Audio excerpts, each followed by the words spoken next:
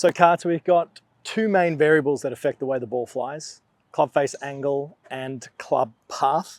And we're going to use some of the equipment we've got on the range here for the players at home who want to work on their club path. And yes, we don't need any big fancy sticks. We can't stick it in here in the first place, right? We've got some AstroTurf. But we're going to use some external objects to create a bit of a training ground out in front of us that can help with our club path. I like it. Okay? I like it. So this drill and these following little exercises that we'll give are going to be for the players who would struggle essentially in a most simple manner, get their club swinging towards their target. Okay. We might see players who tend to cut across it or come too much from the inside, and they would tend to over-curve the ball. Could be a big slice or a big hook. Yep. Right?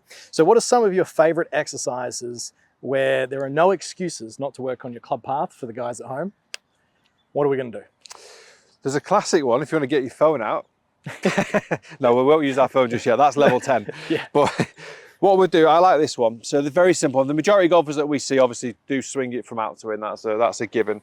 Obviously putting this relatively close to the golf ball, not silly close to start with. And again, give yourself levels. So start out here and use it as a visual. And once you start seeing a bit more feedback from the golf ball that your swing path is likely to be straighter, you could start moving this in a little bit closer. Even for those golfers that are trying to achieve a more into-out path, as a visual and exaggeration, you could even just tilt it a few degrees. I hate the one that kind of goes a bit too much. Let's just literally keep it at a centimetre, 5 degrees, like minimal, just to start to give you that visual. And a lot of players, they would do something ridiculous. Why don't you like that?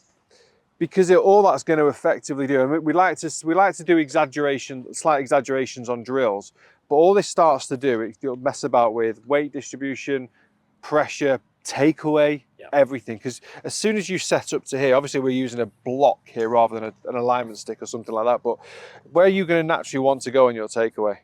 So now you just screwed up what could have been a really good takeaway in the first place. So if we're only going to use this for downswing and into the golf ball position, we don't want this to affect the backswing too much. Very good. So I would try and keep it literally angled at, I just kind of, rather than a degree, just go like a centimetre, 10 mil. 1.2 degrees. Yeah, whatever it's going to be, whatever it needs to be, just ever so slight, so we don't lose takeaway. When you're then bringing this club into the golf ball, the slow motion drill is the only way, without a camera and without a TrackMan, is the only way you're going to have any idea as to whether you've managed to achieve it. And that's the key as well, because what we need to remember is although we're trying to do it, doesn't mean we're going to do it. Feel and real, two completely different things. So little kind of 50% swings, you grab a 7-iron, and on the range, challenge yourself to not allow the 7-iron to go past 50 yards. That's a good one. Now, some of you may laugh at that and go, I don't hit it 50 yards anyway. But with a pure strike, okay? So we're going to try and make sure the ball doesn't travel more than 50 yards with a 7 or an 8-iron, whatever you've got in hand. I've got an 8 in my hand, so I'm already cheating the system a little bit. I could see it. Now, relative to your handicap level here, guys, you can bring this closer and closer and closer, just to bring some awareness to really where the golf club is. Now, one Kerrod, we're going there. Oh, you please. Hit it right off the shiny part. Now, one thing to really make and become aware of here is that we do not want to try and trace a straight line, do we, Carts? Nope. The golf club is going to arc around our body. For a simplistic swing, if I hold the golf club up at T-ball or baseball height, you can see the golf club works around me in the backswing and around me in the follow through. As I bend down from my hips, we're going to see that that golf club is still going to make a similar arcing motion.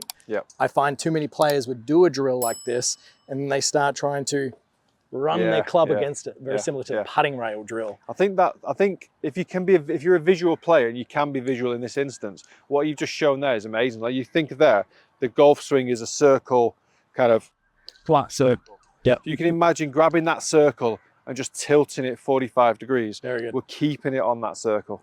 I think that's the key. If you can visualize something like that, in my head, I've got like this little red laser line going around your body there, like kind of flat, and then you just tilt it up 45 degrees. So yeah, you're absolutely right.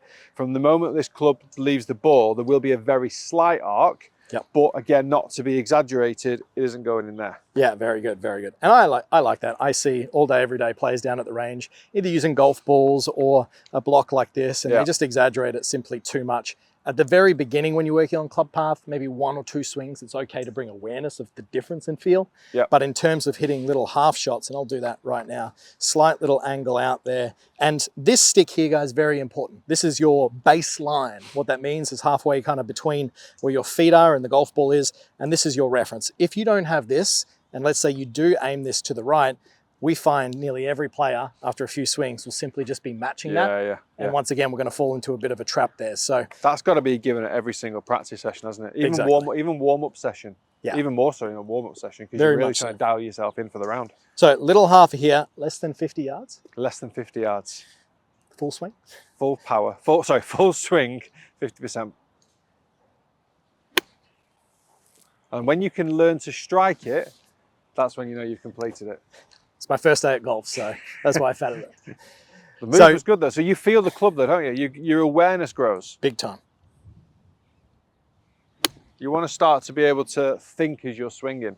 And I think, I might be wrong in saying this, but when you're playing, we know when we're out of position, don't you? You know when it's going to go bad. And sometimes you either just accept it and close your eyes and hope for the best, or we can kind of manipulate it to a point where we've made it better than it should have been.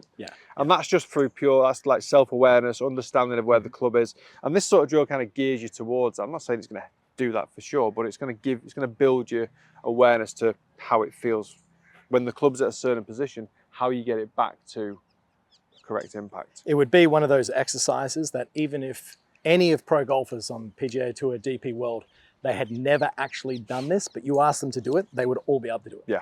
Same as a footballer learning how to juggle on their feet. It'd be exactly the same drill there. So this one, not only is it great for building in a bit of awareness of club path here, which is going to affect how much your golf ball is curving, but also in regards to being aware of what the golf swing plane, the arc of the club and the movement of the club is going to be like through impact. I was quite impressed that I hit that while talking. Relative to making these huge, big exaggerations in there, mate. And also as well, going away from path, just club face. So if you had that club face super hooded to the left, you would really feel it probably chunk left. And if you had it really open, obviously you'd see the ball flight just pop up nice and, not nice, high to the right hand side. So straight away it gives you feedback and understanding of face. Even though you've only hit this 30 to 50 yards, it's gone straight. So you know path and face were good. Stick another 100 mile an hour on that and we're cooking. Let's do that, 100 mile an hour with an 8-iron. That will be interesting, but we'll see if we can up this up. I've got the feel now of a couple of chip shots, full swing. Let's hit a bit of a frozen rope down there. Oh, there it is. Mate, you should be a coach.